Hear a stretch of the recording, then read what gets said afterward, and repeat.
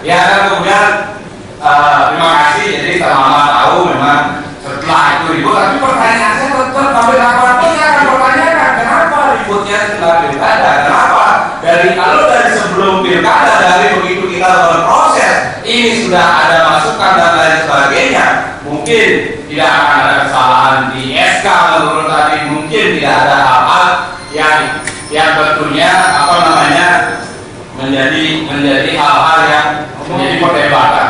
Tapi kalau sudah keinginan menunggangi atau menginginkan sesuatu, apapun sebenarnya apapun dibuat, pasti akan terjadi hal yang tidak diinginkan. Ini harus, mohon maaf, kami di DPRD hanya ingin dari hari ini apa yang tadi disampaikan, ya ada yang dari Tanjung Benoa menyampaikan bagaimana kita koridor dulu serta APEC dan lain sebagainya. Kita berkepentingan event internasional ini berjalan, kemudian ini berjalan dan keputusan Dewan jelas lanjutkan FS yang komprehensif. Kalau tidak layak, tolak. Kalau layak, ayo kita bersama-sama ada syarat-syarat tertentu dan kita kawal masyarakat Bali. Ini mikir kita ini, Pulau Bali ya berarti tadi. Makin hari makin ceking, makin kecil. Tapi pikir kan, bagaimana menambah? Bahwa ada aspek dampak apa, mari kita pikirkan, mari kita itu. Bagaimana meminimalisir itu? Kan begitu. Semua perubahan, semua kemajuan pasti ada perubahan. Setiap perubahan pasti ada pro dan kontra. Pasti. Yang mungkin diuntungkan seketika pro, yang belum diuntungkan seketika kontra. Yang masa bodoh, emang bodoh. Itulah sebabnya saya adakan ini, saudara-saudara. Dulu kenapa saya nggak adakan sekaligus? Karena saya merasa proses sudah berjalan. Proses berjalan itu pasti melibatkan banyak orang. Pasti, itu pikiran saya. Sudah ada kajian, walaupun belum selesai, sudah ada rekomendasi. Ya saya tekan supaya orang bisa bergerak selanjutnya. Kalau memang ini berdasarkan kajian-kajian berikutnya tadi, dihitung beberapa itu, harus bikin kajian lagi. Benar, visible. Kalau tidak, ya jangan tuh. Ini tiap 6 bulan sekali ada laporan saya perkembangan. Apa benar nggak ini? Lurus nggak ini? Saya juga ingin melindungi Bali. Seperti itu, saudara. Bali non for sale, memang tidak dijual kok. Bali akan dapat pulau baru. Itu yang terjadi. Pikir nggak sih? Tadi kan ada teori taruh baskom. Emang bumi ini baskom? Kalau baskom berisi air dikasih benda menduak katanya nanti. Ya maaf ya, mungkin wawasannya memang cuma segitu. Tapi bumi ini gede nih. Jadi kalau di situ ditimbun, air mungkin kemana-mana, ke seluruh dunia, bukan cuma ke sini. Ya maaf ya, itu mungkin wawasannya memang baru.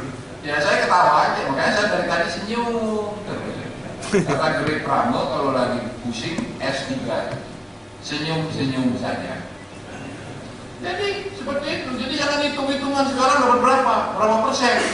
Loh, ini ada orang mau buatkan pulau untuk kita, itu yang punya pulau itu kita. Bukan dia punya.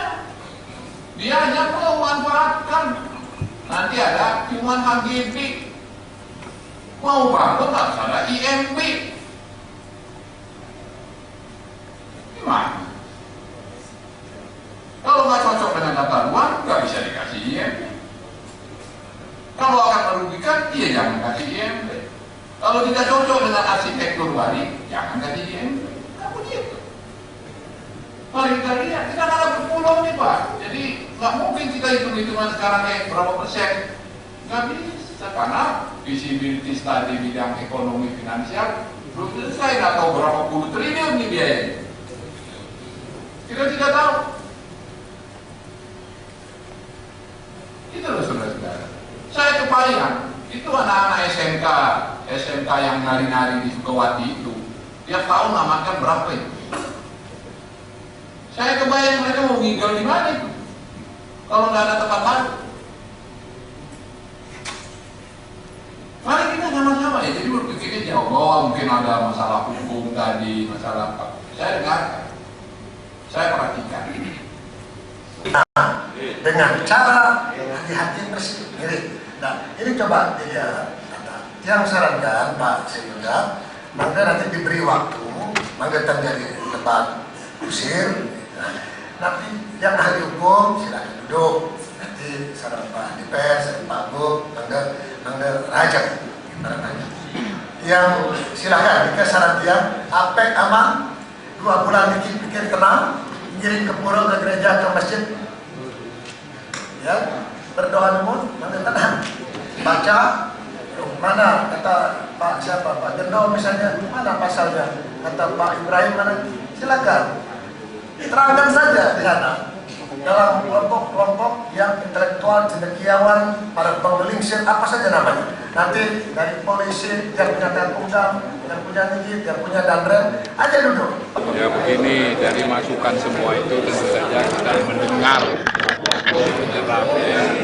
Saya akan mengajak legislatif ya untuk duduk kembali bersama untuk kita membicarakan apa solusi selanjutnya ya dengan kepentingan semua pihak. Jadi mudah-mudahan dengan apa yang disampaikan hari ini mulai mengerti, walaupun pasti akan ada dampak buruk ya, apapun yang kita kerjakan pasti ada dampak negatif. Nah tapi ini kan bagaimana meminimalisir dampak itu supaya kita bisa mencapai tujuan juga, ya kan, bukan apa-apa, tujuannya baik kok, ya, bahwa akan ada dampak, mari kita minimalisir. Kalau ada kesalahan dalam menerbitkan SK, bunyinya salah, ya mari kita perbaiki lah.